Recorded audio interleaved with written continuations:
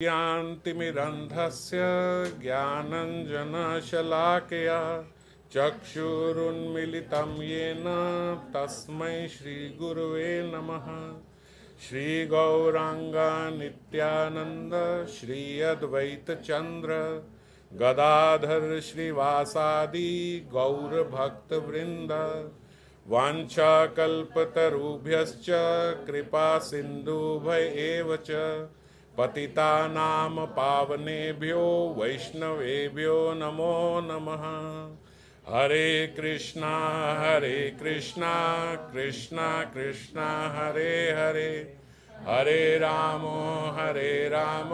राम राम हरे हरे। श्री श्री राधा रस सुधानिधि श्लोक संख्या 149। न देवाय ब्रह्मादय न खलु हरिभक्तय न सुहृद आदि भी यद वै राधा मधुपति रहस्यम सुविदितम तयो दासी भूत्वा तद उपाचित केली रसमय दुरंतया प्रत्याशा हरि हरि दृश्यो गोचरयुतम। श्रीपाद यहाँ पे बोल रहे हैं, देखो, ना तो देवई ब्रह्मादि ना खलु हरिभक्त ना सुहृद आदि भी, ये तीन जो हैं राधा माधव का जो रहस्य है वो ना ब्रह्मा आदि देवगण समझ सकते हैं, ना हरि भक्त समझ सकते हैं, और ना ही यहाँ तक कि सुहृत जन जो हैं वो निश्चित रूप से उनके रहस्यमय लीलाओं को जान पाते हैं। श्याम सुंदर की रहस्यमय लीलाओं को, राधा माधव की, राधा माधव मतलब युगल की रहस्यमय लीलाओं को ना ब्रह्मा आदि देवता जान पाते हैं, ना ही सुहृदगण जान पाते हैं, और ना ही हरि भक्त मतलब जो ऐश्वर्य के उपासक हैं, ना ही ये जान पाते हैं।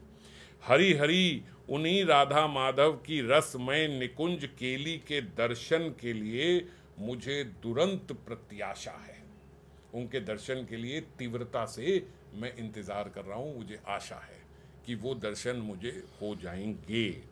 यहाँ श्रीपाद को क्योंकि 3 श्लोक हो गए, अभी श्रीपाद को स्फुरण नहीं हो रहा है, तो प्रार्थना में जब स्फुरण नहीं होता तो श्रीपाद ऐसी दैन्यता से फिर वाणी उनके भीतर से निकलती है कि मुझे आशा है, मुझे प्रत्याशा है, दुरंत प्रत्याशा है कि मुझे उनके दर्शन हो जाएंगे। उस रहस्यमय लीला के दर्शन मुझे हो जाएंगे जो ब्रह्मा जी के लिए भी दुर्लभ है, जो हरि भक्तों के लिए भी दुर्लभ है, यहाँ तक कि उनके सुहृद जनों के लिए, किंग के सुहृद, श्याम सुंदर के अपने सुहृद जनों के लिए भी जो असंभव है वो मुझे दर्शन हो जाएंगे।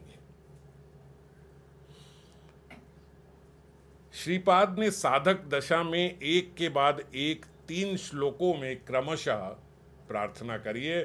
पहले उन्होंने 147वें श्लोक में मंजरी भाव साधना की, साधक की क्या गति होती है उसकी चर्चा करी थी।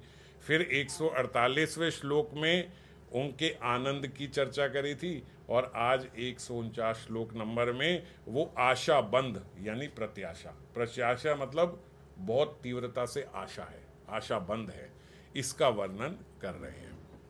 यह मृत संजीवनी सुधा की तरह मंजरी भाव साधक के लिए परम हितकारी है।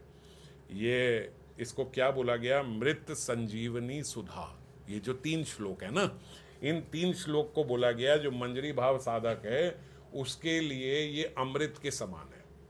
संजीवनी क्या होती है? संजीवनी बूटी हनुमान जी लेके आए थे, मरता हुआ भी उससे जी जाएगा।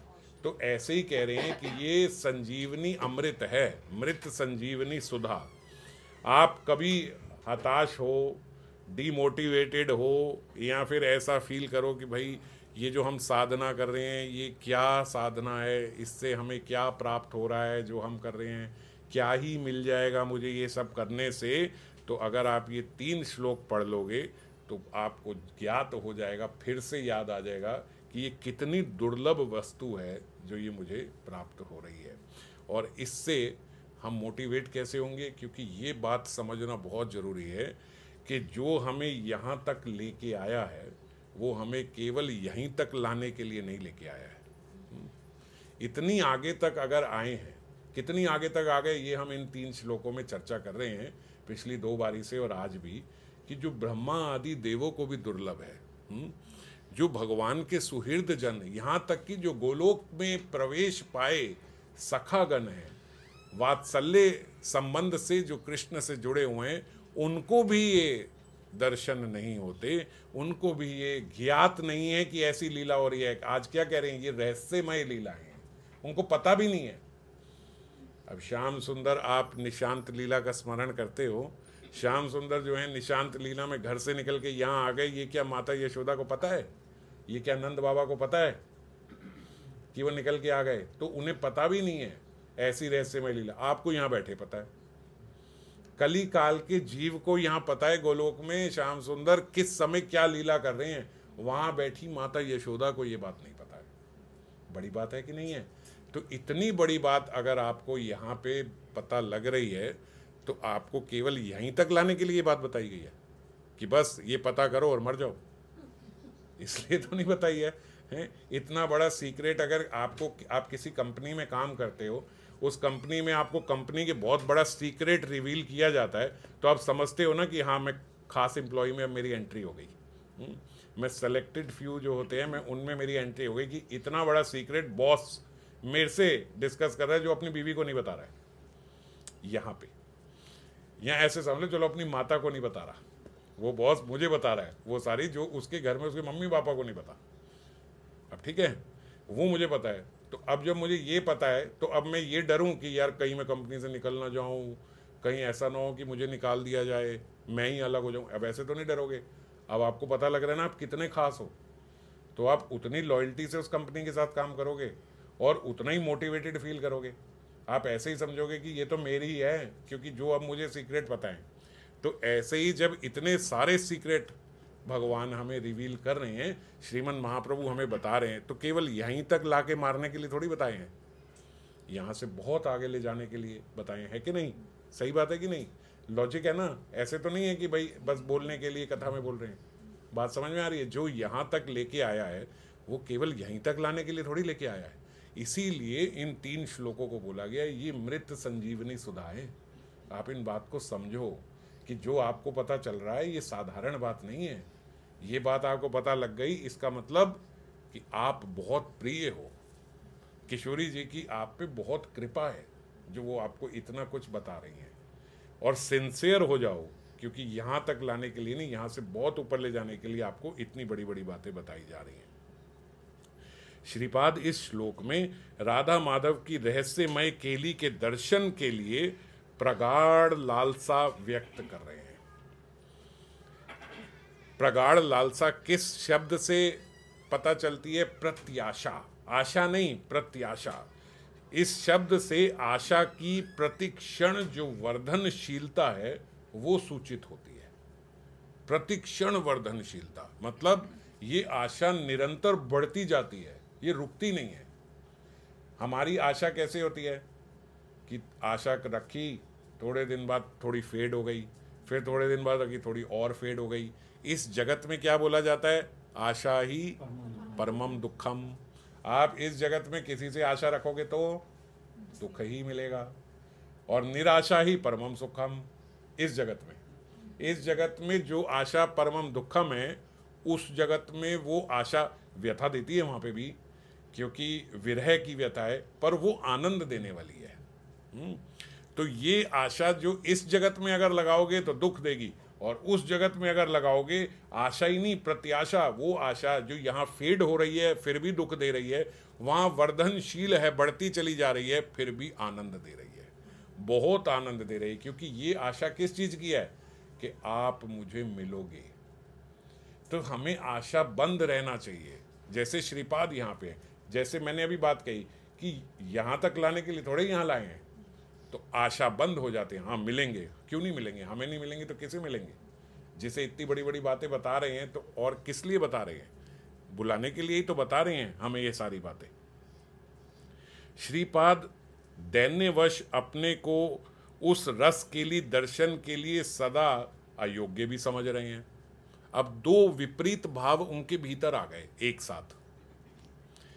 आशा बंद भी होना चाहिए और दैन्यता भी होनी ही चाहिए, और श्रीपाद के अंदर दोनों ही है। अब दैन्यता से उन्हें क्या लगता है? दैन्यता से उन्हें लगता है कि इस रस के लिए, दर्शन के लिए मैं बड़ा अयोग्य हूँ। हमारे अंदर यारे मेरे कहाँ मुझे देंगे, मुझे कहाँ दर्शन नहीं, मेरे में ऐसा क्या है कि मेरे को दर्शन देंगे। ये दैन्यता है। दैन्यता तक ठीक है, निराशा नहीं होनी चाहिए। दैन्यता है कि मैं बहुत निम्न हूँ, तो मुझे कहाँ ये दर्शन होंगे, ऐसा वो समझ रहे। फिर भी वे निश्चित रूप से उसे देखने का सौभाग्य प्राप्त करेंगे। क्यों? क्योंकि आशाबद्ध भी है।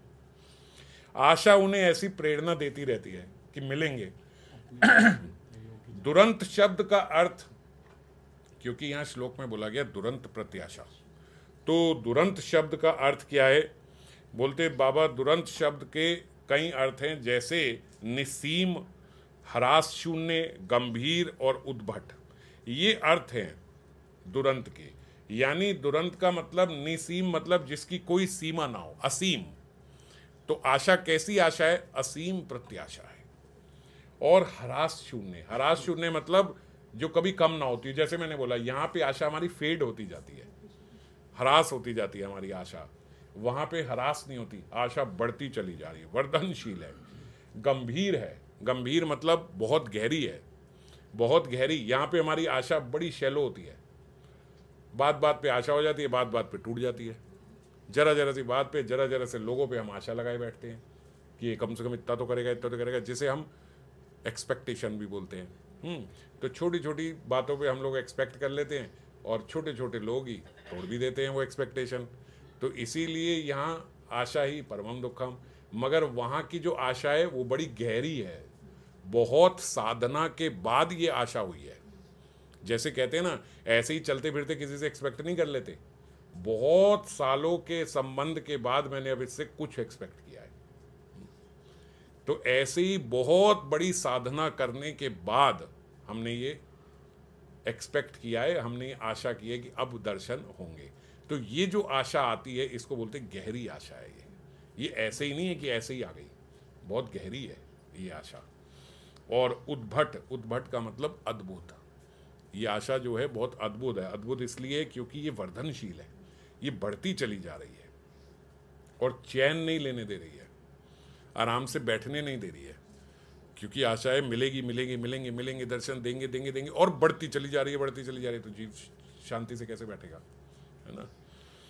श्रीपाद महाप्रभु के परिकर होते हुए भी स्फूर्ति के अभाव में दैन्य से भरकर अपने को अयोग्य समझ रहे, जो भी हम चर्चा कर रहे थे कि अब क्योंकि इतने टाइम हो गया उनके भीतर कोई स्फुरन नहीं हुआ, तो इसलिए अब दैन्य से भरकर अपने आप को ऐसा समझ रहे हैं कि मैं अयोग्य हूँ।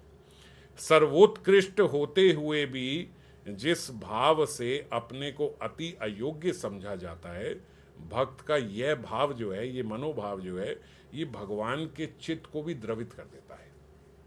कौन सा भाव भगवान के चित्त को द्रवित कर देता है? पिघल जाता है भगवान का हृदय। क्या देख के कि ये कैपेबल तो है, सर्वोत्कृष्ट है, बहुत ऊंचा भक्त है, मगर अपने आप को अयोग्य समझता है। ये देख के, जैसे अभी हम आखिरी में गौर कथा में हम देख रहे थे कि रूप गोस्वामी सर्वोत्कृष्ट भक्त है, लेकिन अपने आप को क्या कहते, नहीं, मेरे को स्पर्श भी मत करना, है ना। ये देख के भगवान को, भगवान का हृदय द्रवित होता है। हरिदास ठाकुर जी का जैसा चरित्र है, उनका चरित्र, रघुनाथ दास गोस्वामी पाद जी का जैसा चरित्र है, ये चरित्र देख के भगवान का हृदय द्रवित होता है कि कितने बड़े ऊंचे भक्त हैं, मगर अपने आप को कितना छोटा समझते हैं। और हमारे साथ एकदम विपरीत है, हम कितने छोटे भक्त हैं, मगर अपने आप को कम नहीं समझते किसी से भी कि भैया इतने साल से इतनी माला कर रहा हूँ ना, तो आप तो ऐसे हो कि अगर भगवान भी सामने हो जाए तो सौदेबाजी की बातें करो, कितनी माले वाले को दर्शन देते हो हम इतने बड़े बन जाते हैं जबकि हम इतने छोटे हैं। जो हम नाम लेते हैं वो नाम में हमारा ध्यान नहीं लगता। ऐसा बोलते हैं कि अगर नाम में मन नहीं लगा तो फिर नाम लेने का फायदा क्या हुआ। वो नाम किस लाभ का, अगर हालांकि जो नाम की महिमा है उसमें वो उसमें भी फायदा दे देती है, मगर जो सही रूप से नाम लेना है, अगर उस नाम में मेरा ध्यान ही नहीं लगा, मेरा मन कहीं और है, मैं कुछ और सोच रहा हूँ, बल्कि विषयों का सोच रहा हूँ, और साथ साथ नाम कर रहा हूँ, तो ऐसे नाम से क्या लाभ हुआ? क्या लाभ हुआ ऐसे नाम का? हम हरि को तो पुकार रहे हैं, पर हरि को पुकारते पुकारते विषयों का सोच रहे हैं, और हम सोच रहे हैं कि लेकिन ऊपर से तो नाम ले रहे हैं और भगवान भीतर बैठे हैं। उन्हें पहले आपका विषय चिंतन दिख रहा है, बाद में आपका नाम सुनाई देगा। जो भीतर बैठा है उसको पहले क्या दिखेगा? जो आपका चिंतन है। बाद में नाम सुनाई देगा, क्योंकि वो भीतर है। बाहर बैठे हुए को पहले सुनाई देगा, आपके भीतर का तो वो जान नहीं पाएगा। यही हमारी गलती हो जाती है। हम सोचते ये बैठे, इनके सामने तो मैं पुकार रहा हूँ जोर जोर से, इन्हें क्या पता भीतर क्या चल रहा है। वो चलाक हैं, वो भीतर पहले बैठे हैं, वो वही देख रहे हैं, बेटा तू सोच क्या रहा है। वो तो बात की बात है कि तू बोल क्या रहा है। समझ गए?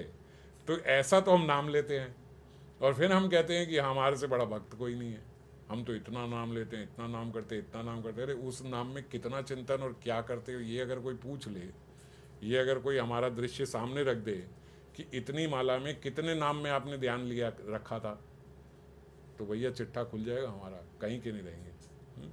तो फिर दैन्यता नहीं आएगी, फिर शर्म आएगी। तो श्रीपाद के भीतर दैन्यता है, क्योंकि सर्वोत्कृष्ट हैं और दैन्यता है, तो भगवान ये देख के उनका हृदय, भगवान का हृदय द्रवीभूत हो जाता है। भक्त का वह मनोभाव भगवान के चित्त को द्रवित करता है, और इसी मनोभाव को दैन्यता कहते हैं। इस मनोवृत्ति के उदय होने पर पृथ्वी के अलंकार स्वरूप महात्मा जन, मतलब जिनसे ये पृथ्वी सजी हुई है, जिनसे ये पृथ्वी अपने आप को सौभाग्यशाली समझती है, जो असुर हैं, जो पापी हैं, जो विषयी हैं, उनका तो भार ढो रही है ये पृथ्वी माता, पर अपने आप को वो सौभाग्यवती समझती है जब ऐसे महात्मा जन आ जाते हैं। इनको कहते हैं पृथ्वी का अलंकार स्वरूप। पृथ्वी माँ कहती है कि ये तो गहने हैं मेरे, और बाकी सब तो क्या ही कहें, उनको तो पृथ्वी माँ उनका भार ढो रही है, और ये मेरे गहने हैं, अलंकार स्वरूप हैं ऐसे महात्मा जन भी स्वयं। और ऐसे महात्मा जन क्या कहते हैं? जो पृथ्वी का भार है, वो अपने आप को अलंकार स्वरूप समझते हैं, और जो अलंकार स्वरूप हैं वो दैन्यता में अपने आप को इस पृथ्वी का भार और कलंक के रूप में समझते हैं। आज हम सब श्रीमन महाप्रभु को चैतन्य चरितामृत के माध्यम से ही जान पाए हैं। चैतन्य चरितामृत ना होती तो कैसे समझते हम महाप्रभु क्या हैं? महाप्रभु सब दे गए, पर महाप्रभु जो सब दे गए वो हम तक पहुंचाया किसने? चैतन्य चरितामृत। ना होती क्या पता लगता आपको महाप्रभु की किसी लीला का। और वो चैतन्य चरितामृत को लिखने वाले कविराज गोस्वामी कह रहे हैं कि अगर मेरा नाम अपनी जुबान से ले लोगे तो पाप से भर जाओगे।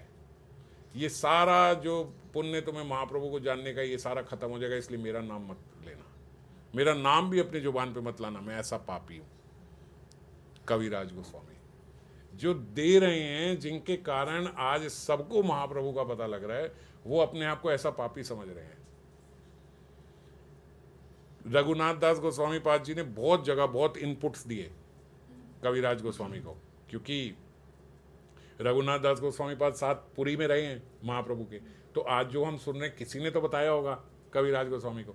वो इनपुट देते हुए क्या कह रहे हैं? मेरा नाम मत लिखना, मैं इस लायक नहीं हूं कि मेरा नाम लिखा जाए और कोई पढ़े, मेरा नाम मत लिखना। तो ये क्या है? इनके भीतर कितना दैन्य है। सब दे रहे हैं, और सब देते हुए भी, और ऐसे थोड़ी ना कि बस बोलने के लिए बोल रहे हैं जैसे हम बोलते हैं। एक दिन 64 माला, 128 माला, 110 माला करके आए तो 50 लोगों से पूछते हैं कितनी माला कर रहे हो कार्तिक में? माँ तो 120। मेरा पता है कितना खराब जा रहा है, कितना खराब, मेरी बस रोज 120 माला हो रही है। तो ये हमारे भीतर क्या है? हम अपने आप को प्रकाशित करना चाह रहे हैं। ये दैन्यता थोड़ी है हमारे भीतर। दैन्यता कैसी होती है? दैन्यता ऐसी होती है कि जो अच्छा है वो हमें अच्छा इतना लग ही नहीं रही है कि बताने लायक है। ये वास्तव में दैन्यता है। हमें अपना भजन बताने लायक नहीं लगता। हम लगते ये इससे क्या होगा? जो व्यक्ति दैन्य होगा उसको इससे क्या होगा? 120, मेरी 120 की क्वालिटी क्या है?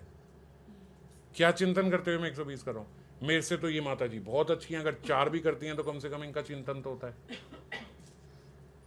वो ऐसा सोचता है ना, ये 4 करती है ना मैं 120 करता हूँ, बात कर रहे हैं ऐसे ही। तो वो ऐसा सोचता है कि भैया 4 भी करे और अगर इनका चिंतन अच्छा है तो मेरे से तो अच्छे हैं, मेरे तो 120 में भी शायद 4 में चिंतन नहीं होता।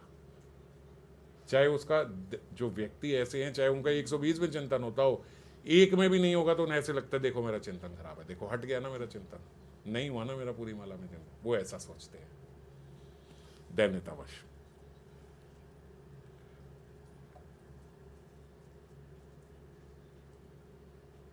और हम लोग जो साधना करते हैं, हम लोग जो साधना बढ़ाते हैं, उस बढ़ी हुई साधना के साथ जब हमारे भीतर अहंकार आ जाता है, तो ये अहंकार जो हमारे भीतर आ गया है, इसको बोलते हैं कि आपने करी तो साधना पर पचा नहीं पाए, खाए पर पचाए नहीं। समझ गए? खाए और नहीं पचाए तो क्या होगा? वो मल बन के निकलेगा। आपने खूब भोजन किया पर वो आपको पचा नहीं, अगले दिन क्या होगा? पचेगा नहीं तो अपच से क्या होगा? लूज मोशन लग जाएंगे, है कि नहीं? तो हमारे मन की लूज मोशंस क्या होती हैं? ये लूज इमोशंस जो ये बाहर निकलती है अहंकार के रूप में, काम के रूप में, क्रोध के रूप में।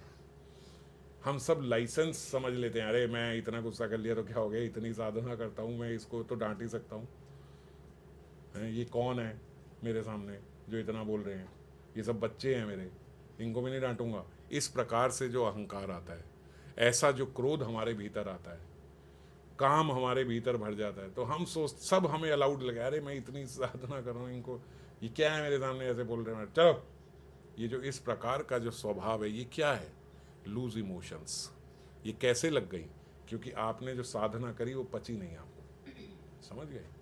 तो इसीलिए जो साधना करो, जो साधना बढ़ाई है हमने, वो साधना हम पचा भी पा रहे हैं कि नहीं पा रहे हैं, ये हमारे स्वभाव से पता लगेगा। अगर आपकी साधना सही चल रही है तो कार्तिक में जो आपने साधना बढ़ाई है उसमें आपकी दैन्यता बढ़ेगी। और अगर आप सोचो कि साधना बढ़ा के मेरा क्रोध बढ़ गया है, अब मुझे बात बात पे गुस्सा आता है, मुझे इरिटेशन होती है, मैं सुबह का जागा हुआ हूँ, दिन में सोता नहीं हूँ, रात को मुझे सोने का मिलेगा और ये इतना शोर मचा रहे हैं, ये क्या है?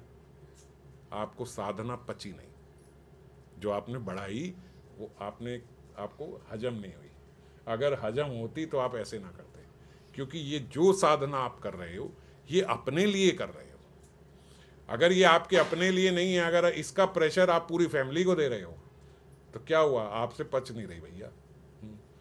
थोड़ी ढंग से साधना करो, कम नहीं करो, ढंग से करो, ऐसी करो। तो इसीलिए अपने स्वभाव का बहुत ध्यान रखना होगा।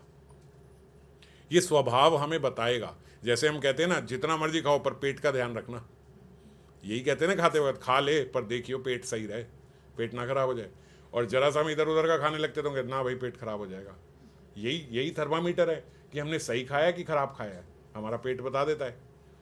तो हमने सही साधना करी है कि नहीं करी है, ये हमारा स्वभाव बता देता है। अपने स्वभाव से चेक कर सकते हो कि मेरी साधना सही चल रही है कि नहीं चल रही है। मेरे भीतर इतनी साधना करने के बाद दैन्यता बढ़ी है या अहंकार बढ़ गया? और हम देखेंगे बहुत से, हम अधिकांश भक्तों में अहंकार बढ़ जाता है। तो ये क्या है? ये लूज इमोशंस लग गए आपके माइंड को, आपका स्वभाव बिगड़ गया।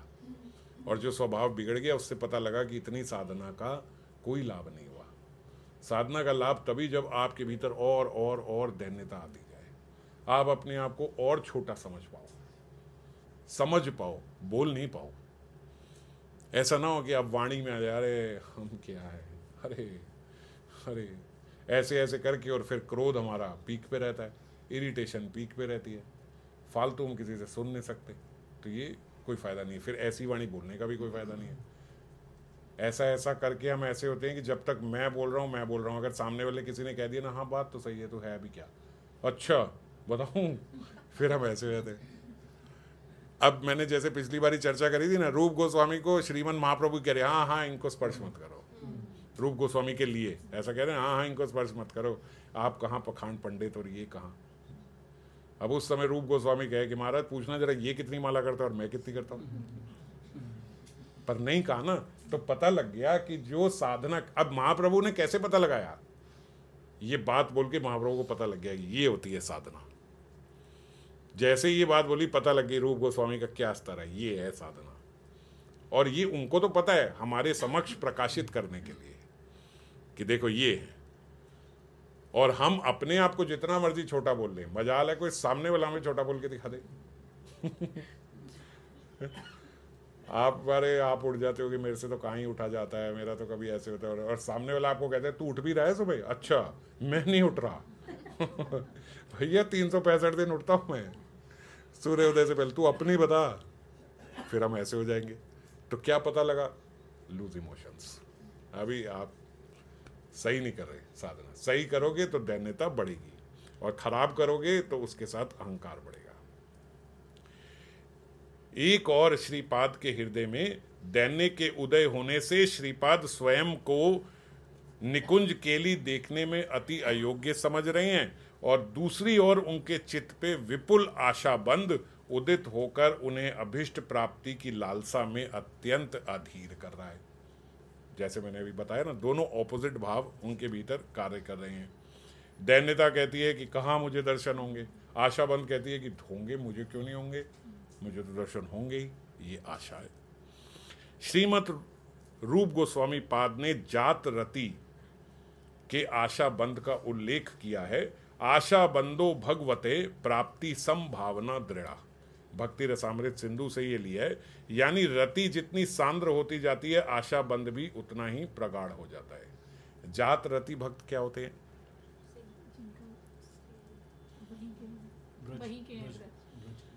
दो प्रकार के भक्त होते हैं, एक नित्य सिद्ध रति और एक जात रति। दो रति होती है। नित्य सिद्ध रति जो होती है वो रति होती है जो अनादि सिद्ध आत्माओं की सहज उनको है ना, जो नित्य सिद्ध है। नित्य सिद्ध रति मतलब अनादि सिद्ध आत्माएं जिनकी रति सहज है, मतलब है ही, वो वहीं से आए हैं तो उनकी वो स्वाभाविक है, वो रति, वो नित्य सिद्ध रति है। और जात रति जो होती है वो होती है जो साधना करने से आपके भीतर आई है। साधना से, आपने साधना अभ्यास जो किया है, उस साधना अभ्यास से उत्पन्न हुई है, उस रति को बोला जाता है जात रति। और ये कौन सी रति है? जो ये भाव की अवस्था, रति की अवस्था तक जो भक्त पहुंच चुका है, उसको बोलते हैं जात रति भक्त, है ना, कि अब यहां से इसका फॉल डाउन नहीं हो सकता, ये रति की अवस्था तक पहुंच चुका है। यहां पे कहीं भक्ति रसामृत सिंधु का बाबा रेफरेंस दे रही, यहाँ पे कहीं अजात रति के बारे में नहीं बोला गया।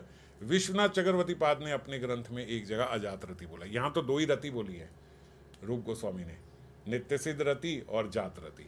पर विश्वनाथ चक्रवर्ती पाद ने अपनी टीकाओं में एक अजात रति भी बोली है। तो वो अजरात रति उन्होंने हमारे जैसे भक्तों के लिए बोली है, जो साधना कर रहे हैं, बहुत अभ्यास कर रहे हैं, पर भक्ति अभी रति तक नहीं पहुंची है, रति की अवस्था तक भक्ति नहीं पहुंची है। साधन भक्ति की अवस्था में अभी हम हैं, हम कर रहे हैं, अग्रसर हैं, उसे अजात रति भक्त बोला जाता है। कि भक्त तो है, साधना तो कर रहा है, पर अभी रति की अवस्था तक नहीं पहुंचा है।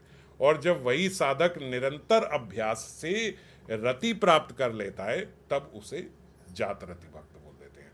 तो अजात रति, जात रति भक्त बन सकते हैं। तो अगर ऐसे देखें तो तीन प्रकार की हो गई, अजात रति, जात रति और नित्य सिद्ध रति भक्त जो हो गए। ये इसका क्रम है। सबसे पहले वैसे तो श्रद्धा से शुरू होती है, आदो श्रद्धा। और लेकिन अगर देखा जाए तो उन्होंने, रूप गोस्वामी ने एक जगह कहा है कि सबसे पहले प्रारंभ कहाँ से होती है? बोले सबसे पहले प्रारंभ श्रवण से होती है। भगवान की कथा, नाम, गुण, लीलाओं को जब हम सुनते हैं तब हमारे भीतर श्रद्धा उत्पन्न होती है ना। तो श्रद्धा से भी पहले श्रवण होता है, फिर श्रवण करते हैं तो हमारे भीतर श्रद्धा आती है, आदो श्रद्धा, थोड़ी श्रद्धा हमारे अंदर उत्पन्न हुई, फिर वो श्रद्धा ही थोड़ी बढ़ती है। श्रद्धा क्या है? मन में एक विश्वास और एक आकर्षण उत्पन्न हो जाता है, इसको हम श्रद्धा बोलते हैं। ऐसा ही है ना, थोड़ा एक विश्वास आया मन में और एक थोड़ा आकर्षण भी हुआ कि वाह अच्छा, इस जगत के परे भी कोई जगत है और वो रियल है, ये रियल नहीं है। तो ऐसा हमारा एक आकर्षण बनता है, और फिर इस आकर्षण से हम साधु संग करते हैं। फिर ऐसे लोगों को हम मिलते हैं जिनका इसमें बहुत आकर्षण है, फिर मन करता है ऐसे लोगों से मिलने का, तो फिर साधु संग होता है, संतों की संगति होती है। फिर इसके बाद जब साधु संग हुआ तो बड़ा स्वाभाविक है कि साधु आपसे भजन करवाएगा, फिर भजन क्रिया प्रारंभ हो जाएगी। भजन क्रिया का मतलब नियम पूर्वक, केवल भजन नहीं, भजन क्रिया। अब ये क्या हुआ कि नियम पूर्वक आपसे साधना कराएंगे। साधु तो यही कराते हैं, साधु का संग मिला वो क्या कहेंगे, भैया आज के बाद इतना प्रण ले लो, इतनी माला जरूर करना है, और कुछ करो ना करो।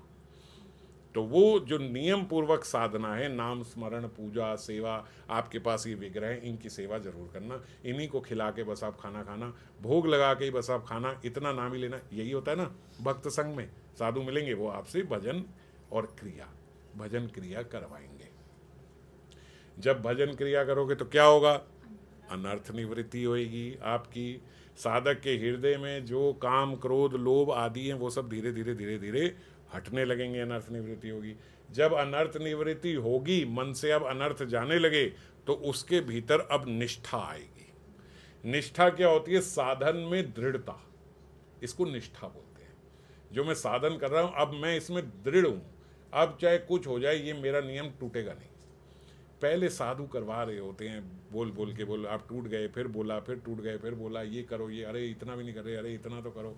फिर जब धीरे धीरे धीरे करते करते, उनके कहने से करते करते हमारी अनर्थ निवृत्ति होती है, तो अनर्थ निवृत्ति से फिर जैसे ही अनर्थ हटता है तो हमारे अंदर निष्ठा आ जाती है। मल हट गया ना यहाँ का, सफाई हो गई, सफाई होती ही अब निष्ठा हो जाती है मेरे भीतर। अब आप लोगों को करवा दोगे, इतनी निष्ठा आ जाती है कि आपकी निष्ठा देख के लोग भजन करना प्रारंभ कर देते हैं आपको देख के। और निष्ठा जब हुई और लोग आपको देख के करने लगे, तो बड़ी स्वाभाविकता आपके भीतर अगला स्टेप क्या होता है, आपके भीतर इस भजन के प्रति रुचि डेवलप हो जाती है ना। स्वाद आने लगता है आपको, भजन में स्वाभाविक रस आने लगता है। अब ये भजन अच्छा लग रहा है, अब ऐसा लगता है कि जो महाप्रसाद है, चाहे वो ठंडा है पर उसका एक अलग स्वाद होता है। वो खाने का मन करता है कि सुबह पहले महाप्रसाद ही खाएं, चाहे कैसा भी है, लेकिन ऐसा लगता है इसका एक अलग स्वाद है। तो ये क्या होता है, अब इस निष्ठा भी बन रही है, और निष्ठा में जो हम हरि नाम ले रहे हैं, ऐसा सब कहते हैं, वो नाम जो सुबह लिया जाता है वो अलग ही मजा होता है, जो सुबह उठ के नाम लेते हैं। तो क्या हुआ, धीरे धीरे धीरे धीरे रुचि की अवस्था पे आदमी पहुंचता है, उसको अब इस भजन में स्वाद आने लगा है। फिर रुचि के बाद उसके भीतर आसक्ति हो जाती है, जो अभी तक इस जगत से थी, अब आसक्ति भगवान और उनकी सेवा में हो जाती है। अब हम इनको छोड़ नहीं सकते, अब सारी बात इनसे ही करते हैं। अब ऐसे लगता है कि बस इनको देख के ही पता लगता है कि आज कैसा दिन जाएगा, आज सब कैसा होने वाला है, सब इन्हीं से पता लगेगा। तो बहुत आसक्ति हो जाती है, उनको हम छोड़ नहीं सकते, उनका श्रृंगार छोड़ नहीं सकते, उनका मुख दर्शन छोड़ नहीं सकते। हमारी आसक्ति होगी बस यही है, इनके अलावा कोई नहीं है, ये साथ है, ऐसा हमारा भाव डेवलप हो जाता है। इस आसक्ति के बाद जो अवस्था आती है उसको बोला जाता है रति। भाव भी बोलते हैं, वो भाव की अवस्था को रति बोलते हैं। अब जब उस रति में कोई पहुंच गया, वो भाव क्या है, ये रति ऐसी है कि जहां भक्त का हृदय स्थायी रूप से भगवान में अनुरक्त हो जाता है, पक्के रूप से, समझ गए। अब इसके बाद वो पक्का हो गया, अब यहां से वो नीचे नहीं गिर सकता, अब उसका भगवान के साथ एक संबंध एस्टेब्लिश हो गया। अब मैं किशोरी जी की मंजरी हूं, अब मैं मंजरी हूं, अब मैं वो मन्नू नहीं रही, शीणु नहीं रही, अब मैं मंजरी बन चुकी हूं। अब अगर कोई मुझे इस नाम से पुकारे कि यार तू तो मन्नू हमारे ऑफिस में काम करती थी, तू तो मन्नू ये करती थी, मैं रिलेट नहीं कर पाऊंगी। क्या बात कर रहे हो, समझ गए। क्योंकि इतना अभी हम बोले, याद दिलाते हैं, मन्नू भाई तू मंजरी है, हाँ अच्छा हाँ मंजरी भी तो हूँ। फिर क्या कहेंगे कि तू मन्नू है, क्या कौन, इतना मंजरी भाव में प्रवेश हो गया। आपका तो है ही, उदाहरण ले रहा हूँ। तो इतना हम चले गए उस भाव में कि अब हमें ये ज्ञात ही नहीं रहा कि अच्छा ये भी था। जैसे अभी हम बहुत पीछे अपने स्कूल की बात करें तो कभी कभी ऐसे लगता है जैसे कोई पिछले जन्म की बात कर रहा है, इतना पिछड़ा लगता है कि स्कूल की कोई ऐसे बात कर रहा है, ये कर रहा है। तो ऐसे हम सोचते हैं ना, तो ऐसे जब कोई हमारा नाम ले, इस जगत का भौतिक नाम, तो हम ऐसे जाएंगे कि कहाँ की बात कर रहा है ये, तो मैं कहाँ छोड़ा ही, मैं रिलेट ही नहीं कर पा रही इससे। थोड़ा भी जब थोड़ा भाइयावेश में आएंगे तब ऐसा कहेंगे कि तब, वरना तो सुनाई भी नहीं देगा आप क्या बोल रहे हो। थोड़ा सा उसमें है कोई नाम बोल रहा है तो उनकी अवस्था रति में ऐसे हो जाती है कि क्या बोल रहा है, मुझे समझ में नहीं आ रही, भाई किसकी बात कर रहा है, वो मर गया, वो ऐसे हो जाएंगे हम। इसको बोलते भाव की अवस्था, रति की अवस्था। इस अवस्था से कोई नीचे नहीं आता, और इसके बाद फिर यही भाव, यही रति थोड़ी और प्रगाढ़ हो जाए तो प्रेम हो जाता है, उसको प्रेम की अवस्था बोलते हैं। है ना, भाव के बाद प्रेम की अवस्था है। ये रति की परिकाष्ठा है रति, पर थोड़ी मतलब और बिल्कुल ऐसे हो गई कि अब पता ही नहीं है मन्नू कौन है। पहले थोड़ा बाह्यावेश में तो आके ऐसे बोलते थे कि अच्छा पता नहीं, अब तो ऐसे लगेगा कि बोला मन्नू तो आपने भी पीछे देखा, कौन, समझ गए, पता ही नहीं है मुझे जेन्युइनली नहीं पता, एक्टिंग में नहीं कि जैसे आप कथा के बाद आप बोलो तो ये पीछे देखे हमें पता ही नहीं कौन किसकी बात कर रहे हो, ज्ञात ही नहीं है, खत्म हो गया ये आवेश, बिल्कुल देह आवेश खत्म हो गया। इतना आवेश खत्म हो गया कि आप इसका हाथ काट दो उसे तब भी पता नहीं है कि मेरा हाथ कट गया, समझ गए, ऐसी अवस्था हो जाती है प्रेम में। क्योंकि हाथ किसका कटा, देह का कटा, मैं था ही नहीं देह में, ये प्रेम की अवस्था है। जैसे वो कीला जी, कीला जी नाम है ना, कील देव जी, उनके माथे पे कील ठोक दिया, छोटा मोटा नहीं, बड़ा मोटे वाला जो टेंटों में लगाए जाते हैं ना, बड़े मोटे मोटे कील। राजा की सवारी आ रही है, वो वहीं पे बैठे हैं, उनको बोला हटो हटो हटो हटो हटो, उन्हें पता ही नहीं किससे बोल रहे हैं, वो है ही नहीं इस आवेश में, वो अपना उधर लीला में है। वो कह रहा है कि मैं इनकी आँख खुली हुई देख रहा हूँ, ऐसा भी नहीं है कि ये सो रहा है, सो रहा हो तो मैं जगाऊँ, आँख खुली हुई है, मुझे देख रहा है, मैं इनको देख रहा हूँ, मगर मैं लीला में हूँ। कीलदेव जी लीला में है, अब ये आए, ये बात कर रहे हैं, वो बात कर ही नहीं रहा है, तो वो क्या सोच रहा है, अभिमानी व्यक्ति, राजा आ रहा है तुझे समझ में नहीं आ रही, उठ यहाँ से, उठ यहाँ से, उठ ही नहीं रहा। राजा आया, कौन है ये बीच में बैठा हुआ है, बोले महाराज देखना, देख रहा है टक टक करके, और हम इसे बोल रहे हैं हट जा हट जा, हट नहीं रहा। राजा ने कहा इतना ये ऐसे है ना, इसके माथे पे कील ठोक दो। उनके माथे पे कील ठोक दिया, वो तब भी ऐसे ही है, पता ही नहीं लग रहा उन्हें कि कील ठोक गया है, इसीलिए उनका नाम कीलदेव जी हो गया। तो क्या हुआ, यहाँ है ही नहीं, ये अवस्था प्रेम की अवस्था है, वो इस देह में है ही नहीं, आप जो मर्जी करते रहो इस देह से, ये देह अब उनका रहा ही नहीं, वो तो अब उधर प्रवेश कर गए अपने देह में। तो मैं आपको ये बात इसलिए बता रहा था, तो रति की जो अवस्था है ये यही भाव की अवस्था, प्रेम से जस्ट एक स्टेशन पहले। और ये ऐसा बोला जाता है कि बोलने के लिए ये अलग अलग आते हैं, भाव और प्रेम ये ऐसे आते हैं, पर बाबा ने एक बार बताया था कि तुरंत व्यक्ति भाव से प्रेम में भी चला जाता है, क्योंकि भाव से वो नीचे गिरता ही नहीं है, तो बस भगवान का ही है कि कितने समय में इसका प्रगाढ़ कर दें। वो तुरंत, मतलब ऐसे कहते हैं बोलने में ही अलग स्टेज लगती है पर होने में अलग नहीं होती, भाव वाला व्यक्ति प्रेम में पहुंच जाता है, समझ गए, वो वहाँ चला ही जाता है। रति है बस थोड़ी सी और बढ़ी जाती है, स्वाभाविक है, रति का स्वभाव है वो बढ़ेगी, जैसे आशा बढ़ती चली जा रही है, रति बढ़ती चली जाती है, तो बोलने में बोलते समय लगता है, पर भाव में आते ही व्यक्ति प्रेम में चला जाता है, रुकता नहीं है। इनको बोलते हैं जात रति। ये यहाँ नीचे से साधना करते करते करते करते अब उस रति तक पहुंच गए हैं। हम कहाँ थे, हाँ, तो जात रति भक्त के आशा बंध का उल्लेख भक्ति रसामृत सिंधु में किया है। रति जितनी सांद्र होती है आशाबंध भी उतना ही प्रबल होता है। रति या प्रेम के अनुसार दैन्य की भी निविड़ता प्रकट होती है। दूसरी, अब ये बात भी एक है, जितनी रति होगी उतनी दैन्यता होगी। जैसे जैसे हमने स्टेजेस अभी चर्चा करी हैं, जितनी स्टेज आप ऊपर बढ़ते जाओगे उतनी दैन्यता आपकी बढ़ती जाएगी। हम क्या देखते हैं, महाराज श्रद्धा के स्तर पे आए थे, बड़े विनम्र थे, कोई भी कुछ भी बोल जाता था, हम कहते थे वो हम तो कुछ जानते ही नहीं है प्रभु जी, हम तो पता ही नहीं है, आप हमें ठीक से बताओ, ऐसे करना चाहिए, ऐसे करना चाहिए। किसी ने हमें डांट दिया तो हम बोलते थे यार मुझे तो कुछ आते नहीं, तो यार डांट ही खाता रहता हूँ। बड़े विनम्र होते हैं हम, तो सरल होते हैं, है ना। और फिर थोड़ा सा यहाँ पे टाइम बिता लेते हैं, तो थोड़ा टाइम बिताने के बाद हम ये बोलते भाई किसको बोल रहा है, मुझे सब पता है ये कैसे करना है। ये ऐसे ही होता है, ये ऐसे नहीं होता जैसे आप कह रहे हो, ये ऐसे होता है जैसे मैंने कहा। जो हम कहते थे कि मुझे पता ही नहीं है कि कैसे होता है, मुझे आप गाइड कर दिया करो प्रभु जी, आप गाइड कर दिया करो माता जी, जैसे आप बोलोगे वैसे करूँगा। हमें तो क्या है ना, हम तो भौतिक जगत से आए हैं, हमें पता ही नहीं है यहाँ के क्या रीति रिवाज है।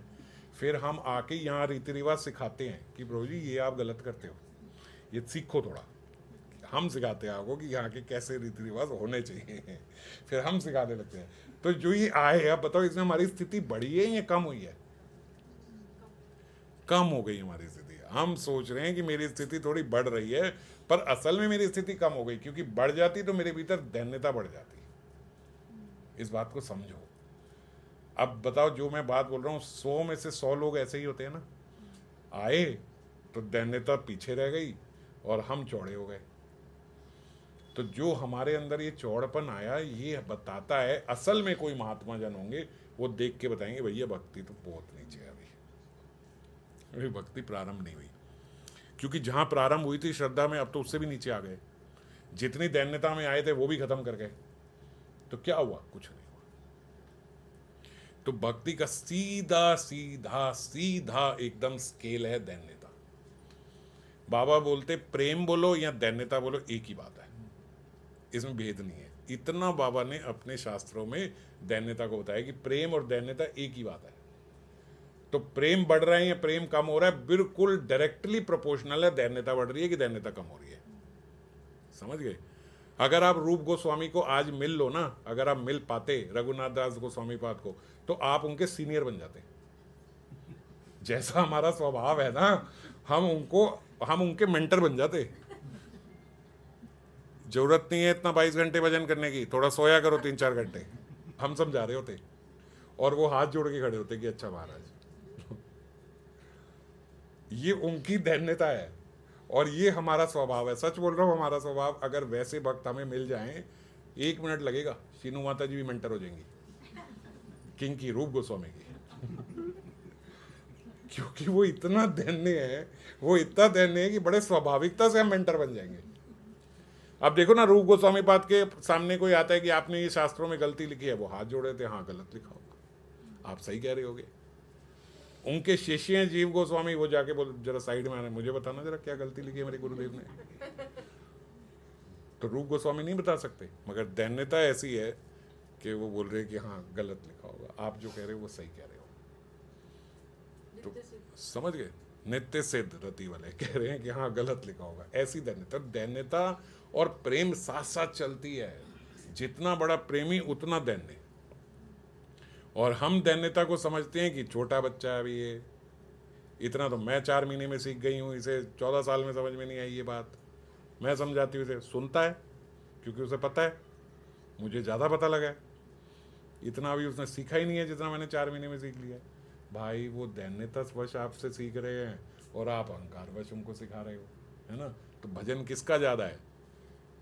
भजन ऑब्वियसली उनका ज़्यादा है। देख आपको रहा है कि जैसे आपका ज़्यादा बढ़ गया है 4 महीने में। तो दैन्यता और प्रेम ये एक ही बात है।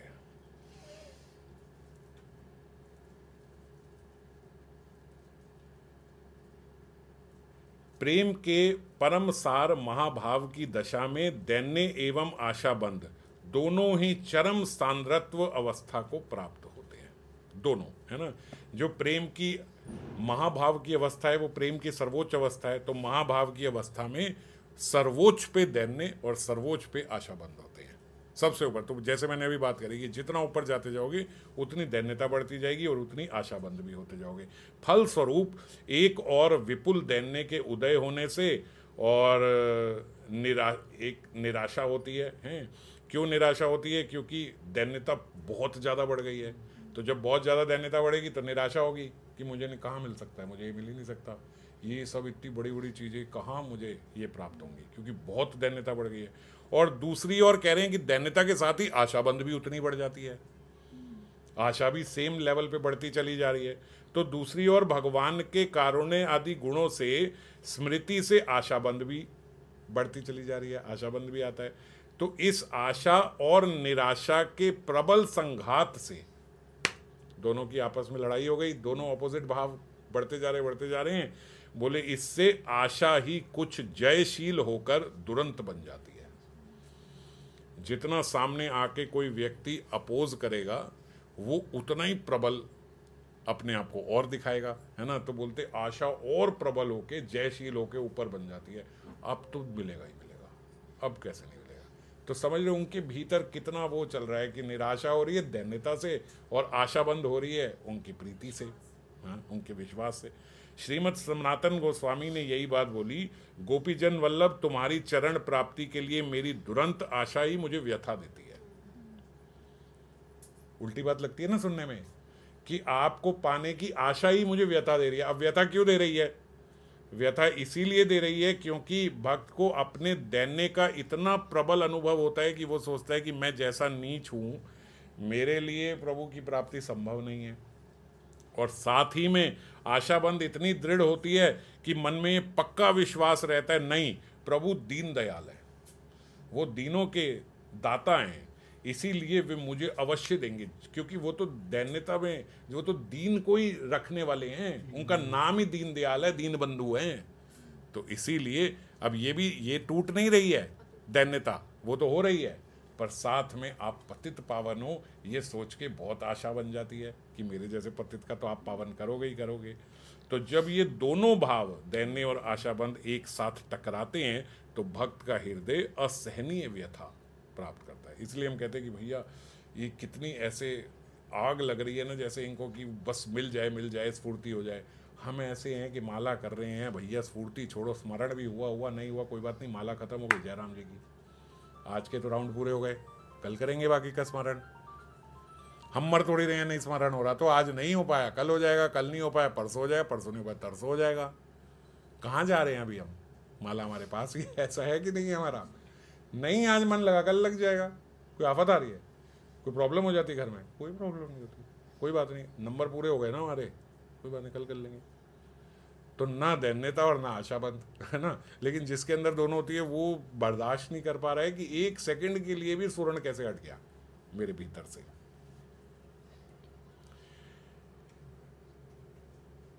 यदि आशा जलाती है तो जीवित भी रखती है, उसी को दुरंत प्रत्याशा कहते हैं।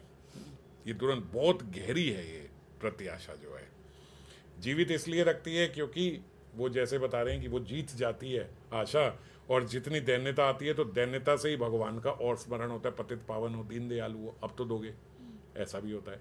अब बाबा बोलते हैं यहाँ प्रश्न संभव है कि भगवान भक्त वांछा कल्पतरु है। भक्त वांछा कल्पतरु मतलब भक्त के लिए कल्पतरु है, उनकी इच्छाओं को पूरी करने के लिए, आश्रित की मनोवासना पूरी करते ही हैं। फिर आप इतना खेद क्यों कर रहे हो श्रीपाद? जब आपको पता है कि भगवान तो अपने भक्तों की सारी बातें पूरी करते, तो फिर इतना खेद क्यों कर रहे हो? मिल जाएंगे, कहाँ जाएंगे, भगवान तो पूरी करते ही है इच्छा। और राधा माधव की निकुंज केली दर्शन की लालसा को दुरंत प्रत्याशा क्यों बता रहे हो? जब आप इतना सोचते हो, इतना करते हो, तो मिलेगा आपको इतना। तो श्रीपाद को ये उसके उत्तर में बताते हैं, श्रीपाद को वस्तु की दुर्लभता की स्फूर्ति हुई, इसीलिए इस प्रश्न के उत्तर में वो श्लोक में बोल रहे हैं। वो है ना, जो वो कह रहे हैं कि भाई क्वेश्चन उठता है कि आप इतना क्यों टेंशन में आ रहे हो, भगवान भक्त कल्पतरु हैं तो मिल जाएगा आपको। वो तो बोलते क्योंकि मुझे पता है कि ये वस्तु बहुत दुर्लभ है, ये ऐसी छोटी मोटी वस्तु नहीं मांग रहा हूं मैं, गाड़ी घर बंगला बीवी बच्चे नहीं मांग रहा हूं कि मिल जाएंगे, ये तो मिल जाते हैं भजन करने से, पर मैं जो मांग रहा हूं वो बहुत दुर्लभ वस्तु है, राधा मधुपति का लीला रहस्य मांग रहा हूं मैं। ब्रह्मा आदि देवताओं को, हरि भक्तों को, यहां तक कि उनके सुहृद सखाओं को भी जो निश्चित रूप से सुविदित नहीं है, ऐसी चीज मैं मांग रहा हूं, इतनी दुर्लभ वस्तु मांग रहा हूं। तो अब हम किसी से इतनी बड़ी वस्तु मांगेंगे तो फिर थोड़ा डाउट होता है ना कि यार ये मिलेगा कि नहीं मिलेगा। हाँ, मैं मानता हूँ भक्त वांछा कल्पतरु हैं, अब मेरी इच्छा भी तो लेकिन छोटी नहीं है ना, मेरी इच्छा टॉप की है कि इस जगत में, पर जगत में उससे ऊपर कोई वस्तु ही नहीं है जो मैं मांग रहा हूँ। भगवान भी कहें कि इससे ऊपर भगवान भी नहीं दे सकते, इतना मांग रहा हूं मैं। भगवान कहते मेरे से ज्यादा आनंद राधा रानी को आता है, इसीलिए महाप्रभु बन के आए। राधा रानी कहती है मैं अपने से कोटि गुना ज्यादा आनंद अपनी मंजरियों को देती हूँ। तो अब मैं क्या मांग रहा हूँ? आपसे नहीं, किशोरी जी से नहीं, उससे भी कोटि गुना ज्यादा आनंद चाहिए। भगवान से भी ज्यादा आनंद मांग रहे हैं, समझ गए? भगवान से ज्यादा आनंद कैसे आ सकता है? जो आश्रय है, अब ये बड़ा गहरा तत्व हो जाएगा, ज्यादा समझ में नहीं आएगा, छोटे में समझाता हूं। वो आश्रय तत्व है, और जो आश्रित है, समझ गए, वो सब्जेक्ट है। जैसे आप कहो मैं मजे लेता हूं पेन से लिखने में, अच्छे पेन से लिखने में, बहुत अच्छे पेन से लिखने में, बहुत महंगे वाले पेन से लिखने में। 10 रुपए का पेन भी आता है और 8 लाख का पेन भी आता है, वो 8 लाख वाले पेन से मैं लिख के मजे ले रहा हूँ। अब आप कहो यार वो 8 लाख वाला पेन आपको मजे दे रहा है, वो 8 लाख वाले पेन को क्या मजा आ रहा है? समझ गए? तो ऐसे ही बोलते कृष्ण परम आनंद तत्व है, पर कृष्ण से जो आनंद आ रहा है भाई, आनंद तो वो लूट रहा है। ऐसे ही इसी बात से तो कृष्ण किशोरी जी बन के आए कि किशोरी जी मेरे से ज्यादा आनंद ले रही हैं, क्योंकि वो मेरे से आनंद ले रही है। मैं परम आनंद घन मूर्ति, मैं कैसे आनंद लूं? मेरे से आनंद ले रही हैं, तो मेरे से जो आनंद ले रही है मुझे वो लेना है, तभी तो मैं भगवान होऊंगा। मैं क्या भगवान की मेरे से ज्यादा आनंद लेने वाले दूसरे तो वो महाप्रभु बन के आए और आनंद लेने के लिए। अब बहुत गहराई में आगे नहीं जा रहा, स्टोरी आज तक चल रही है, अभी भी पूरा नहीं ले पाए वो, लेकिन इनसे ज्यादा ले रही हैं मंजरियां। तो अब भगवान से वो मांग रही हैं मंजरी बनना। अब भगवान की बताए भाई मेरे से भी ऊंचा बनना चाह रहा है ना? तो समझ गए? तो वो कह रहे हैं इतनी दुर्लभ वस्तु में मांग रहा हूं, ये दुर्लभ वस्तु में मांग रहा हूं, इसीलिए मुझे डाउट हो रहा है। क्योंकि देवता छोड़ो, जो देवताओं के सबसे ऊपर सारे देवताओं की उत्पत्ति करने वाले जो ब्रह्मा हैं भैया, उन ब्रह्मा को भी नहीं मिले हैं। ब्रह्मा बाबा यहाँ उदाहरण देके बता रहे हैं, वृंदावन में श्री कृष्ण गोप बालकों के साथ उनका पुलिन भोजन देखकर, जो वो यमुना तट पे भोजन कर रहे थे, सारे पिकनिक मना रहे थे, वो दर्शन करके उनकी मंजू महिमा आस्वादन करने की वासना से कृष्ण गोवत्स और गो बालकों को चोरी करके ले गए। अब वो बोलते हैं इनसे अपराध क्या हुआ कि ये यहाँ पे ऐश्वर्य ज्ञान लेके आए हैं। अगर ये भगवान है, अगर, लगता तो नहीं है, अगर हैं भी तो चलो फिर इनकी लीला देखने को मिल जाएगी। भगवान है तो फिर भगवान है तो भगवत्ता दिखाएंगे, ले जाएंगे। पर गलती क्या हो गई यहाँ पे बोलते, एक गलती उन्होंने ये बताई बाबा ने कि गलती इनसे ये हो गई कि माधुर्य धाम वृंदावन में वो ऐश्वर्य ज्ञान लेके आ गए। अब ये हमने कल चर्चा करी थी ना, यहाँ ऐश्वर्य भाव नहीं चलते। यहाँ तो ठाकुर जी खुद ऐश्वर्य भाव दिखाए तो किशोरी जी बाहर निकाल देती हैं, चलो यहाँ ये सब करने की जरूरत नहीं है। अब वहाँ जहाँ ठाकुर जी को बाहर निकाल दिया जाता है, निकासित कर दिया जाता है, वहाँ ठाकुर जी के चेले आके ऐश्वर्य भाव देखने को ललायित हो रहे हैं, तो ठाकुर जी क्या गुस्सा नहीं होंगे उनसे? अबे तुझे यही जगह मिली है यहाँ ऐश्वर्य भाव देखने की, और आता कहीं तो बताता तुझे। और बताया है, शास्त्रों में वर्णित है। ब्रह्मा जी को पूरा मजा सिखाया। कैसे? बोले ब्रह्मा जी ऊपर गए सब लेके, 1 वर्ष के लिए भगवान बन गए। पहले तो भगवान को गुस्सा आई कि भैया मेरे ही भक्तों को लेकर निकल लिया। 1 वर्ष का विरह हुआ, सारे गोवत्स गोबालक लेके चला गया। ठीक है, वहाँ से भी अपॉर्चुनिटी का भगवान ने फ़ायदा उठाया, सारे गोवत्स गोबालक वो बन गए और सारे ब्रजवासियों को और सारी गौओं को वो आनंद दिया जो वो चाहती थी कि कृष्ण काश हमारा लाला होता। तो सभी कृष्ण सबके लाला बन गए। सारी गौएं चाहती थी कि हम कृष्ण को दुग्ध पिलाएं, तो सारे बछड़े बन गए। अपॉर्चुनिटी ग्रैब कर ली भगवान ने, कहा ठीक है अगर ऐसा है तो इसमें मैं ये ले लूँगा फ़ायदा। मगर ब्रह्मा जी क्या, ब्रह्मा जी ने तो करा गलत बात। अब ब्रह्मा जी नीचे आए, 1 वर्ष बाद देखा ये हो रहा है, क्षमा मांगी, स्तुति करी, भगवान चुप रहे। आपने देखा ना, भगवान कुछ नहीं बोले ब्रह्मा जी से, कोई बात नहीं करी। क्यों बोले? ब्रह्मा जी आपने 1 साल अलग कर दिया उनको भक्तों से। इंद्र ने भी ऐसा किया था, पर इंद्र ने जोड़ दिया था, 7 दिन सारे इकट्ठे हो गए थे इंद्र की गलती से। तो इंद्र से भगवान इतना रुष्ट नहीं हुए, उनसे बात कर ली थी कि चल यार तूने जो किया उसमें कम से कम हमें और इकट्ठा कर दिया, पर तैने तो बहुत गलती कर दी ब्रह्मा, तुम तो अलग ही ले गए 1 साल के लिए। अब ब्रह्मा यहाँ स्तुति कर रहे हैं, भगवान कुछ नहीं बोले। क्यों? भगवान बोले यहाँ नहीं जवाब दूंगा, तेरे ब्रह्मलोक में ही जाके दूंगा जवाब। अब ब्रह्मा जब वापस ब्रह्मलोक में गए तो वहाँ पे उन्होंने रोक दिया, गार्ड ने। कहाँ? कौन? चल बाहर। वो कह रहे ब्रह्मा हूँ मैं, बदतमीज कैसे बोल रहे हैं मेरे से? बोले ब्रह्मा अंदर बैठे, और उन्होंने पहले ही बोल दिया था ये आएगा पीट के भगाना, बहरूपी आएगा यहाँ पे। भगवान वहाँ से पहले ब्रह्मा बन के अंदर पहुँच गए। उन्होंने कहा तूने मेरे लोक से अलग किए ना ग्वाल बाल और वो, तुझे तेरे लोक से ना निकालू तो बोलिए। भैया ब्रह्मा जी की पिटाई करने को आ गए वो। उन्होंने कहा, पहले ही उन्होंने कहा था ज्यादा। अब ब्रह्मा जी अड़े हुए हैं, मैं अभी विस्तार में नहीं आपको बता रहा हूँ। ब्रह्मा जी अड़े हुए हैं, मैं ब्रह्मा हूँ, बोल रहे अबे चल, ब्रह्मा है, ब्रह्मा हमारे अंदर बैठे हैं। अबे वो मैं, अबे कौन बैठा है अंदर? वो समझ ही नहीं पा रहा तुम क्या बोल रहे हो, धतूरा खा लिया, क्या कर लिया तुमने, नशा करके बैठे हो, मुझे नहीं पहचान रहे हो? दिखाऊं अपनी शक्ति? सारी शक्तियों से तो प्रोटेक्ट कर रखा है भगवान, क्योंकि भीतर बैठे हैं। अब ब्रह्मा बिल्कुल शक्तिहीन हो गए, कुछ नहीं कर पा रहे। अब ब्रह्मा को फर्स्ट टाइम ऐसा बेघर सा रियलाइज हो रहा है कि मैं क्या करूं, मैं कौन हूं, मैं कुछ भी नहीं हूं, क्योंकि ब्रह्मा की सारी शक्तियां खत्म हो गई। भाई अब ब्रह्मा है ना, वो अपनी शक्ति से ऐसे पकड़े और उठा के उन्हें फेंक दे गार्ड्स को।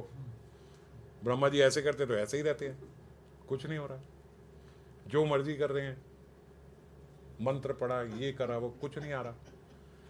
ब्रह्मा जी इतना अपने आप को छोटा रियलाइज कर रहे हैं कि मैं क्या रह गया, मैं कुछ हुई नहीं, मैं क्या हूं। समझ गए कैसे हो गए ब्रह्मा जी भी? सॉरी ब्रह्मा जी, मगर लीला है, मैं तो बता रहा हूं जो हुआ। तो ब्रह्मा जी एकदम ऐसे, मैं क्या क्या कर रहा हूं, मैं भगवान आए बार। हाँ, अरे वो तब समझे, अच्छा ये अंदर बैठे हैं, वो नतमस्तक हो गए, सॉरी गलती हो गई। बोले आज के बाद दोबारा ये सब मत करना, कहीं के नहीं रहोगे, यहाँ छोड़ो, अपने लोग के नहीं, किसी लोग के नहीं रहोगे, नीचे जाओगे पृथ्वी पे, मार मार के भगाएंगे, 4 मुख वाला राक्षस आ गया। समझ गए, गलती हो गई भाई। फिर ब्रह्मा जी को अंदर भेजा, भगवान आए। तो भगवान ने ये जो ऐश्वर्य दिखाया ब्रह्मलोक में जाके दिखाया। वो बोले यहाँ वृंदावन में आके ये सब मत करना, वृंदावन में हमारी पिटाई हो जाती है, हमें बाहर कर देते हैं, तू वहां पे आके ये सब कर रहा है हरकतें। तो ब्रह्मा जी को भी उन्होंने मजा चखाया। तो बोले किस लिए? क्योंकि ब्रह्मा जी वहां पे भगवान का ऐश्वर्य देखना चाहते थे। तो ऐश्वर्य ज्ञान से ब्रज की माधुर्यमय लीला का आस्वादन किसी प्रकार भी संभव नहीं है। अतएव यह कहना पर्याप्त है कि परम रहस्यमय श्री राधा मधुपति की लीला ऐश्वर्य ज्ञान परायण ब्रह्मा आदि देवताओं को सर्वथा दुर्जय है, दुर्गे, इनको नहीं मिल सकती, इनको नहीं पता लग सकता, क्योंकि ये अपना ऐश्वर्य भाव छोड़ नहीं सकते। देवता आदि जो हैं, ब्रह्मा आदि जो हैं, ये अपना ऐश्वर्य भाव छोड़ नहीं पाते। ऐश्वर्य भाव छोड़ोगे नहीं तो ब्रज में प्रवेश नहीं पा सकते। तो ब्रह्मा आदि देवगण की नहीं बोलते, जो सुहृद जन हैं, जो हरि भक्त हैं, हरि भक्त जो प्रहलाद हैं, अम्बरीश हैं, अक्रूर हैं, उद्धव हैं, ये एक निष्ठ हरि भक्त हैं। पर परम रहस्यमय राधा माधव की लीला उनके लिए भी दुर्गेय है। ऐश्वर्य ज्ञान त्यागना उनके लिए भी संभव नहीं है, सर्वथा संभव है। ब्रज में दास्य अच्छा भी इनको छोड़ो, ब्रज में दास्य साख्य आदि भाव से भी कृष्ण को प्राप्त नहीं किया जा सकता, जो अभी हमने चर्चा करी कि दास्य साख्य भी नहीं मिल सके। तो फिर बोलते अब इन हरि भक्तों का तो क्या कहना, ये तो अभी बाहर के लोग के हैं, जो गोलोक में दास्य और वात्सल्य वाले उनको नहीं मिल रहे। कृष्ण के परम प्रिय भक्त श्रेष्ठ उद्धव जी की बात ही ले लीजिए, श्रीमद् भागवतम में इनको हरिदास कहा गया है। 2 लोगों को हरिदास, पर गिरिराज जी को भी एक जगह कहा राधा रानी ने, और इनको भी हरिदास कहा गया उद्धव जी को, कि भगवान के परम भक्त हैं ये हरिदास। वे कृष्ण द्वारा प्रेरित होके जब ब्रज सुंदरियों के पास गए, ठाकुर जी को देखा, ठाकुर जी इतना चिंतित हो रहे हैं, मेरी गोपियां जो हैं वहाँ रोती होंगी, ये करती होंगी, वो करती होंगी। उद्धव का हाथ पकड़ के एक दिन ठाकुर जी रो पड़े और आंसू उद्धव के हाथ पे गिर गए। उद्धव बड़ा ज्ञानी भक्त था। उद्धव ने कहा, श्याम सुंदर, क्या किनके लिए रो रहे हो? आप रो रहे हो, आपको ऐसा देख के मेरा हृदय रो रहा है कि आप इतनी व्यथा, आप इतना दुखी हो रहे हो, किसी के लिए, किसके लिए? तो भगवान ने बोला, मैं इसलिए दुखी हूं क्योंकि वो मेरी याद में रोते होंगे। अरे तो वो आपकी याद में क्यों रोते हैं? आप तो परमात्मा हो, आपको अपने हृदय में क्यों नहीं देखते? आप तो सर्व प्रकाशित हो। तो जो सर्व प्रकाशित है उससे विरह कैसा? उन्हें आप क्यों नहीं समझा रहे कि अपनी आंखों को बीच में ला के ऐसे करके माथे के यहाँ केंद्रित करे और भीतर उनको नजर आएंगे? ठाकुर जी ने कही, तू समझाया, मैं तो नहीं समझा पाया भाई। उद्धव तू जाके समझ, मेरे को लग रहा तू समझा देगा। उद्धव बोल रहा, नहीं आप नहीं समझा पाए। मैं, ना तू समझा देगा। ये बात जैसे तू बोल रहा, नहीं मैं नहीं समझा सकता भाई, दम है तेरे में, तू समझा के आएगा। उद्धव को प्रेरित कर दे, भाई तू जा, तू समझा। सब बोला उन्हें, ये बोलना, ये मेरी चिट्ठी ले लो, ये मेरी चिट्ठी जो है वहाँ जाके देना, उनको कहना कि मैं आपको समझाने के लिए आया हूँ। मैंने लिख दिया, उद्धव मेरा फ्रेंड है, आया है, सब समझाएगा आपको। अब वहाँ उद्धव को तो बावरे से ज़्यादा कुछ नहीं समझ रहे कि भाई तू क्या बातें कर रहा है, क्या बोल रहा है उद्धव भाई, मन नहीं 10-20। वो उद्धव को ही उन्होंने बोला ना भाई, एक था वो लग गया उनमें, अब तू क्या बोल रहा है यहाँ पे, एक आंख को यहाँ लगाओ, वहाँ करो, टेढ़ी करो, माथे में लगाओ। ने कहा भाई उद्धव मेरी आंख, माथा, नाक, मुंह, वस्त्र, पैर, सिर सब कृष्ण ही है, किधर लगा के उन्हें देखूं? हटते हो मेरी नजर से तो कहीं और देखूं? तू क्या समझा रहा है हमारे को? और उद्धव को उन्होंने उसके बाद जो समझाया, उद्धव गया था मैं क्रैश कोर्स 2 घंटे में समझा के उन्हें वापस आ रहा हूँ, उसके बाद वो कभी दुखी नहीं होंगी। उसके बाद माधव वो उद्धव जो है महाराज वो व्यथा में हो गया। उसे लगा मैं जिन कृष्ण के इतना पास रह रहा हूं मैं तो उनको समझ नहीं पाया हूं कि वो क्या है। अब जैसे हमने पहले बात करी थी ना कि हरि नहीं समझा पाते, हरि भक्त समझा पाते हैं। वो उद्धव जो एकदम उन्हीं के वस्त्र पहनने वाला, उन्हीं की फूल माला पहनने वाला, उन्हीं के प्रसादी खाने वाला, उन्हीं के प्रसादी वस्त्रों में रहने वाला, उन्हीं के समान दिखने वाला, उन्हीं के वर्ण वाला उद्धव आज पहली बार ऐसा समझ रहा है कि मैं उनको जानता ही नहीं हूं। असल में तो ये जान पाएंगे। और अगर मैं सोचूं कि मैं इनके जैसा हो जाऊं, उद्धव कहते हैं मेरे बस का नहीं है, मैं 1 करोड़ जन्म ले लूं तब भी ऐसा नहीं हो सकता जैसी ये है। ऐसा समझाया गोपियों ने। बड़ा सुंदर है, मगर विस्तार से अब कितना आज किस किस का विस्तार करेंगे, कभी और विस्तार में चर्चा करेंगे उद्धव की। तो उद्धव को जो समझ में आया, वो समझने के बाद उद्धव ने कहा कि मेरे पे एक कृपा करो गोपियों, कि मुझे यहाँ ब्रज में वास दे दो, और ब्रज में मुझे यहाँ का गुल्म लता कोई बना दो, कोई घास का तिनका बना दो, कि जब आप इधर उधर घूमो तो आपके चरणों की रज मेरे मस्तक पे लग जाए। वो उद्धव जो इतने बड़े ज्ञानी, जो यहाँ से ये निकले थे कि मैं गोपियों को समझा के आऊंगा, जो सदा भगवान के साथ रहने वाले हैं, आज यहाँ पे घास का तिनका बनना चाहते हैं वृंदावन में। सोच के देखो, इंसान जो भगवान के एकदम साथ है वो कह रहा है मुझे घास का तिनका बना दो कि आपके चरणों की रज मेरे को लगती रहे। ये नहीं बोल रहा कि मुझे अपनी जैसी गोपी बना दो, वो कह रहा है वो तो मेरी औकात ही नहीं है, बस आपके चरणों की रज मेरे माथे से लगती रहे, इतना भी बन जाऊं ना तो मेरे लिए बड़े सौभाग्य की बात है। ये बोलते ऐसा कैसे बोला? बोले इससे ज्यादा उद्धव सोचते थे मेरा सौभाग्य हो नहीं सकता, इससे ऊपर की चीज मुझे मिल नहीं सकती। ब्रज में घास का तिनका बन जाऊं बहुत बड़ी बात हो जाएगी, जितनी मेरी औकात है। ऐसा उद्धव जी दैन्यता में सोच रहे हैं कि जितना मैं हूं ना उतने में मैं यहाँ घास का तिनका बन जाऊं, वही बहुत बड़ी बात है, इनके चरणों की रज मिल जाए। ब्रह्मा जी ने भी मांगी, ब्रह्मा जी ने मांगी मुझे कहाँ स्थान दे दो, बोले मुझे ब्रज के बाहर कोई पत्थर बना दो, ब्रज में तो मेरा प्रवेश है नहीं, जैसे मैंने हरकत की है ब्रज में तो मैं आऊंगा नहीं, आप मुझे ब्रज के बाहर एक शिला बना दो ताकि ब्रजवासी जब बाहर आए जाएं तो उस शिला पे उनका पैर पड़ जाए। समझ रहे हो? तो वो उद्धव जी जो इतना भगवान के करीब रहने वाले हैं, उनको गोपियों ने ये समझा के भेज दिया। तो यहाँ श्रीपाद कहते हैं अब अन्यान्य जो हरि भक्त है उन लोगों के लिए तो मैं क्या ही बात करूं, जो सबसे प्रिय हरि भक्त है उनका ये हाल है। और यहाँ तक कि ब्रज के जो सुहृद सखा हैं, यहाँ जो नंद बाबा हैं, या और वात्सल्य रस के जो पात्र हैं, वो भी राधा मधुपति की रहस्य लीला से सुविदित नहीं है। उन्हें भी नहीं पता, ये हमने अभी आज शुरू में चर्चा करी कि उन्हें भी ये बात नहीं पता। हाँ, सुबल आदि प्रिय नर्म सखा को इस लीला में प्रवेश करने का यथा किंचित अधिकार है। जो सुबल आदि उनके प्रिय नर्म सखा है ना, उन्हें पता है। जैसे कोई गर्लफ्रेंड होती है किसी की ना, तो उसके बड़े क्लोज फ्रेंड को पता होता है कि इसकी ये गर्लफ्रेंड है। आजकल तो ज़माना बदल गया, अब तो महाराज फेसबुक पे और इंस्टाग्राम पे न जाने क्या क्या हो रहा है। पर थोड़ा अगर पीछे चले जाएं तो ऐसे होता है ना, लोग छुपाते थे कि मेरी कोई गर्लफ्रेंड है, अपने क्लोज वन को बताते थे कि भाई ये मेरा बड़ा प्रिय है। तो बड़े प्रिय से जो बड़ा अच्छा बेस्ट फ्रेंड है उसके साथ हम ये सीक्रेट रिवील करेंगे कि ये मेरी गर्लफ्रेंड है। थोड़ी शर्म होती थी। तो ऐसे जो प्रिय नर्म सखा हैं सुबल आदि, उनको पता है कि कृष्ण के साथ जो है किशोरी जी रहती हैं, और इन्हें भी क्या करते हैं, निवृत्त निकुंज में प्रवेश की इन्हें फिर वही संकोच है, संभ्रम है, ये ऐसा नहीं करते। बस ऐसा होता है कि जैसे आपने पुराने ज़माने में देखा हो कि पंखा जो झरते हैं ना अंदर, तो उसकी बाहर डोरी होती है, वो डोरी ऐसे हिलाते हैं तो अंदर पंखा झरता है। तो कभी कभी सुबल इत्यादि वो पंखा झरते हैं कि हमारा भी सेवा करने का बहुत मन है, तो बाहर से ही वो डोरी खींच खींच के निवृत्त निकुंज की हवा करते हैं वहाँ पे बस।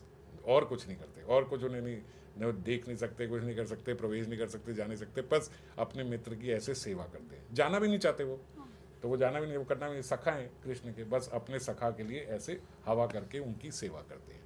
तो बोले ये जो प्रिय नर्म कुछ 2-3 सखा हैं, ये भी बना नहीं जा सकता, ये हैं नित्य सिद्ध। जो अब सखा बनेंगे वो सखा प्रिय नर्म सखा नहीं बन पाएंगे, जो साधक कभी ये सखा नहीं बन सकता, ये सखा वही है जो नित्य सिद्ध है। तो सुबल आदि ये जो प्रिय नर्म सखा है, इनको लीला में प्रवेश का यथा किंचित अधिकार है, कारण ये सखी भाव समाश्रित है, थोड़ा सखी भाव में ये है, समाश्रित है। दैन्य से भरकर श्रीपाद सोच रहे हैं, हाय ऐसी सुदुर्लभ वस्तु, अब समझ में आई कितनी सुदुर्लभ वस्तु है। ऐसी सुदुर्लभ वस्तु की प्राप्ति के लिए मेरे मन में प्रत्याशा है, यह दुरंत प्रत्याशा है। राधा माधव के रहस्य को जानने की नहीं, ऐसा नहीं है कि मैं जो मांग रहा हूं उसमें मुझे ये रहस्य बस जानना है, क्योंकि इनको तो जानना, इनको तो ज्ञात भी नहीं है बाकियों को। और मैं जो मांग रहा हूं उसमें ऐसा नहीं है कि मुझे बस ये रहस्य जानना है, मुझे जानना नहीं है, मुझे दासी होकर निकुंज विहार के दर्शन करने हैं, सेवा करनी है मुझे वहां जा से, जिसे देखने का अधिकार केवल राधा किंकरियों को ही है, उनकी सखियों को भी नहीं है। श्रीपाद को वस्तु की दुर्लभता और अपनी अयोग्यता से लग रहा है कि ये संभव नहीं है, तो वो कहते हैं, हरि हरि क्या मेरे लिए यह सब प्राप्त करना कभी संभव होगा? क्योंकि वस्तु की दुर्लभता भी और दैन्यता भी, और साथ में श्रीपाद के भीतर अभिष्ट की उत्कंठा, व्याकुलता, आशाबंद ये भी हैं। तो हम सारे साधकों के लिए इस श्लोक में ये जो श्रीपाद की प्राप्ति के लिए, श्रीपाद की अभीष्ट प्राप्ति के लिए जो उनकी उत्कंठा है, व्याकुलता है, दैन्यता है, लालसा है, आशाबंद है, ऐसी बातें, ये जितनी भी बातें हैं, ये राग साधक के लिए चमत्कार पूर्ण सार शिक्षा प्रस्तुत करती है।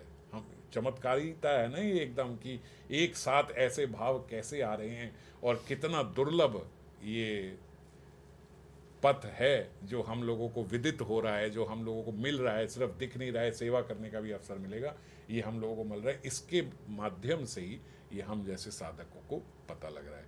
तो यहाँ 3 श्लोक में श्रीपाद प्रार्थना कर रहे हैं, अगले श्लोक में शायद उनको लीला का स्फुरण। जय श्री राम।